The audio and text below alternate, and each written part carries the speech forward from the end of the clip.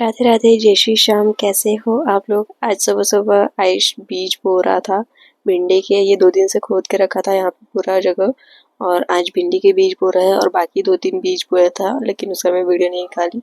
आयुष बीज डाल रहा था और मैं वो मिट्टी से तोपने का काम कर रही थी।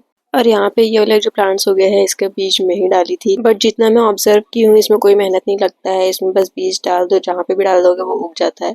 इसके पत्ते और फ्रूट्स दोनों ही खट्टे खट्टे से लगते हैं। इसका नाम मुझे याद नहीं आ रहा है। जब फ्रूटिंग होगी तो मैं दिखाऊंगी। उसकी चटनी बनती है और उसके पत्ते का साग बनता है। यहाँ पे सारे मिट्टी से मैंने तोप दिए थे बीज।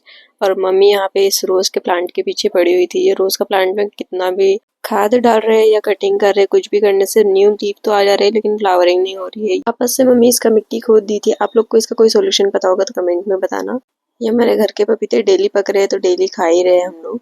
ये छोटे साइज के या बड़े साइज के कोई भी रह रहे थे, लेकिन बीज इसमें भर भर के है, लेकिन स्वाद नहीं है। मतलब मीठा नहीं है टेस्ट में, क्योंकि एक ही पेड़ में इतना सारा पपीता लग गया था ना, तो उसको प्रॉपर न्यूट्रिएंट्स नहीं मिला है।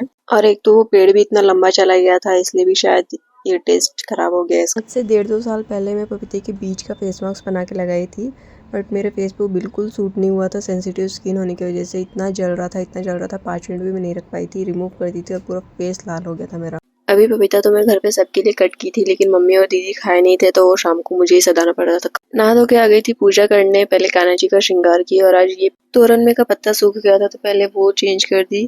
और आज मुझे इतने बड़े बड़े पत्ते मिले थे, बारिश की वजह से सारे पत्ते एकदम बड़े बड़े से उग रहे हैं। हाफ सेक्शन तो ये कवर कर ही लिया था पूरा। और बहुत लोग ऐसे बोलते हैं कि हम लोग जो भी खाते हैं कान्हा जी को भी वही भोग लगाना चाहिए, लेकिन मुझे सेटिस्फेक्शन नहीं होता है इसमें, क्योंकि नमक की चीज भोग में कैसे लगाएंगे। हम नाश्ते में मैं पहले पपीता खाई थी, इसके ऊपर मैं कड़ी पत्ते का जो चटनी बनाई थी वो छीट के खाई थी, और फिर बाकी का नाश्ता की थी। और शाम को मेरी बहन का ये पार्सल आया था ग्वालियर से।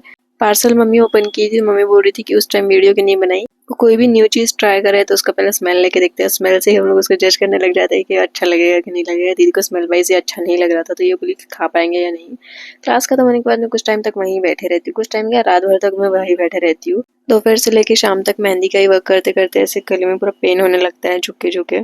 फिर मम्मी अंदर बुलाई थी आम खाने के लिए, और ये सफ़ेद मालदा है। ये चाची जब आई थी कुछ दिन पहले तो वही लेके आई थी, और ये सच में बहुत टेस्टी लगता है। मैं फर्स्ट टाइम खा रही हूँ, लेकिन बहुत टेस्टी लगा मुझे। तो हम इसकी भी गुठली लगा दिए प्लांट तैयार होने के लिए। और रात में इतनी बारिश आ रही थी तेज़, पूरी आड़ी टेढ़ी बारिश आ रही थी। मम्मी मुझे किचन में बुलाई थी सिर्फ आटा सानने के लिए। और मुझे दिख गया ये भुंजा हुआ केला, तो इसकी मम्मी सब्जी बना रही थी। मैं पहले कटोरी में साइड करके रख ली। मुझे ये सारी चीज़ें ऐसे भुंजी हुई खाने में ज़्यादा अच्छी लगती है। अगर मुझे अकेले के लिए कुछ बनाना हो, सब्जी बनाने की जगह मैं यही सारी चीज़ें ऐसे भून भून के ही खाऊंगी। नहीं तो पराठा बना के उसमें चटनी लगा के यही लपेट लूंगी।